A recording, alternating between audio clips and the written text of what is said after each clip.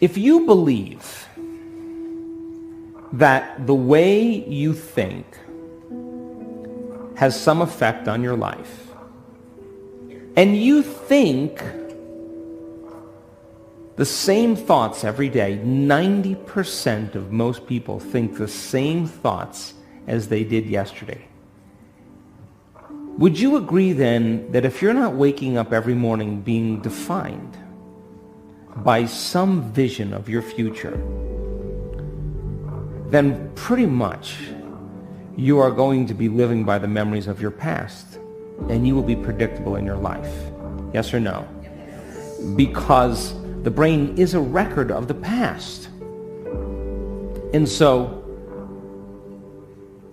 if you're not creating a new future, is it possible that you believe in your past more than you believe in your future? And is it possible then that many people don't want to create a new future because they're more in love with their past than they are with their future? In fact, they romance their past every single day. So then is it possible then that that person in the same brain circuitry, in the same emotions of the past, are viewing their life through the lens of the past? And they're not seeing things how they are. They're actually perceiving and seeing things how they are. And they're telling a story in their mind that's actually causing them to perceive life equal to that story. Are you with me still?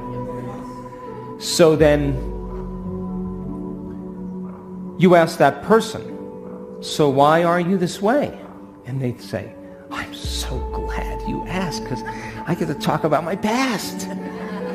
And as they talk about the incidents in their past, would you agree then that they're saying, that was the event that changed me, and I haven't actually been able to change since that event. That event has defined me as the person I am today.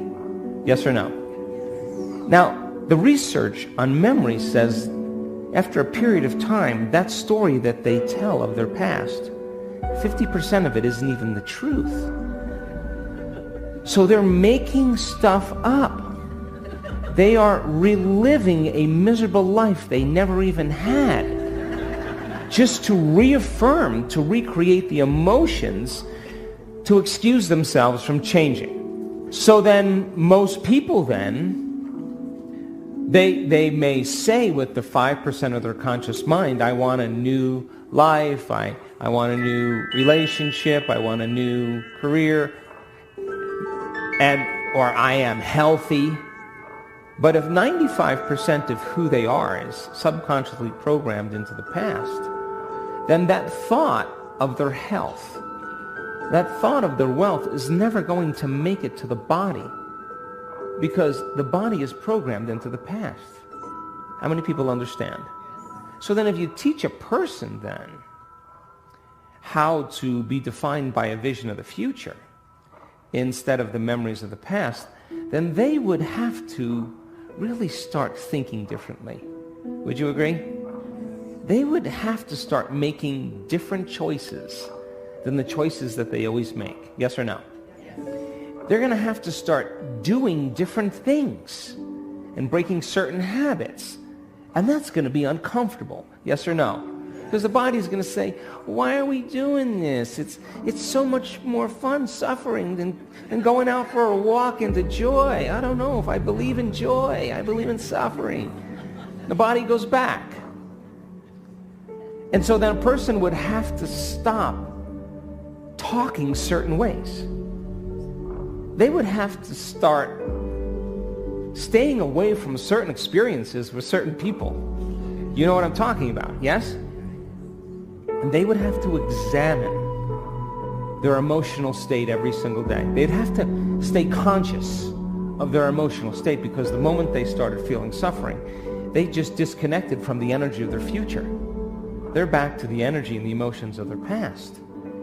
So then, teaching people then how to be defined by a vision of the future every single day means they're going to be uncomfortable.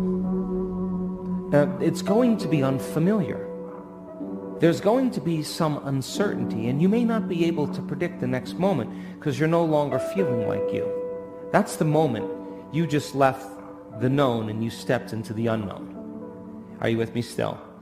Now, if the body has been conditioned into the familiar past or the predictable future, and the body has become the mind of the past or the predictable future, would you agree then the body would say, "What are you doing?" And the body would say, "Listen, let's get you thinking like you've been thinking." And it starts influencing the mind. And people start hearing the chatter in their head. And if you respond to just one of those same thoughts, like, "Start tomorrow. You'll never change. It's your ex's fault. It's your mother's fault." If you respond to one of those same familiar thoughts, those same thoughts lead to those same choices, which lead to the same behaviors and create the same experiences and produce the same emotions. A person says, "Oh, this feels right. This feels better to me." No, they're back to the same comfortable self. Yes or no? And this is why change is so hard. So then, new thoughts should lead to new choices should lead to new behaviors should create new experiences, and new experiences create new emotions, yes or no? And our research shows that people who do that in 4 days, they change their gene expression. 4 days. 4 days, and don't you know, I know in the first day they don't want to do it, and they want to go back to laying down, and they hate me, and they're going to write an email, I'm a liar, all that stuff.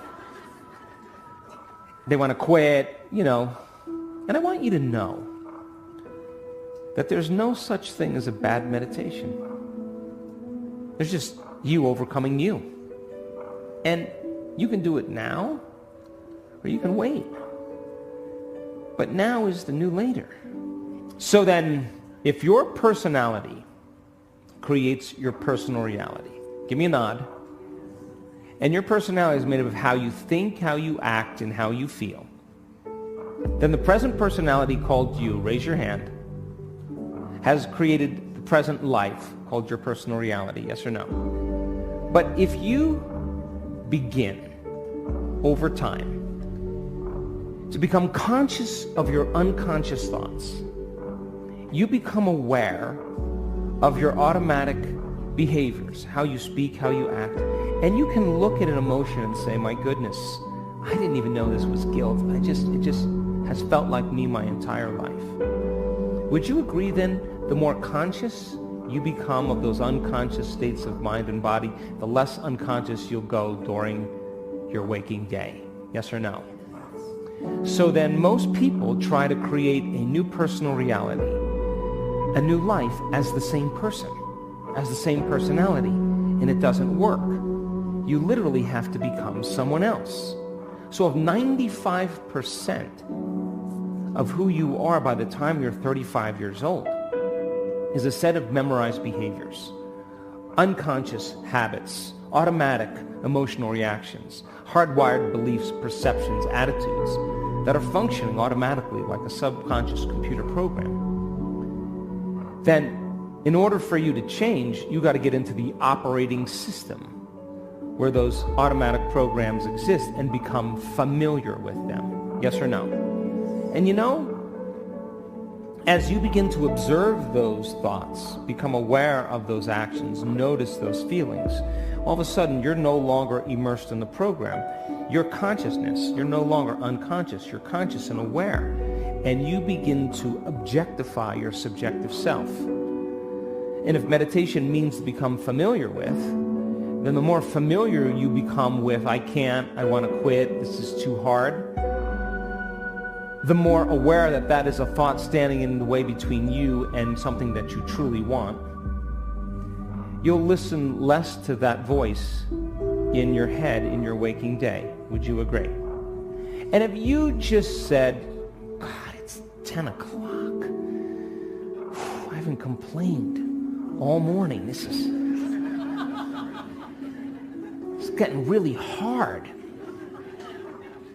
just want to stop that lady and just suffer and complain with her just about something. If you became conscious that your body wanted to do that, would you agree then that would be a victory in your day? And those victories add up. Would you agree? And what if, you associate that person that's your best friend with suffering, and the moment you see them, your body just goes, oh, this is going to be so good. Stimulus, I'm waiting for the response. The body is going to start saying, complain, complain, complain. And the brain's going to start complaining. You catch yourself doing that, that's a victory too.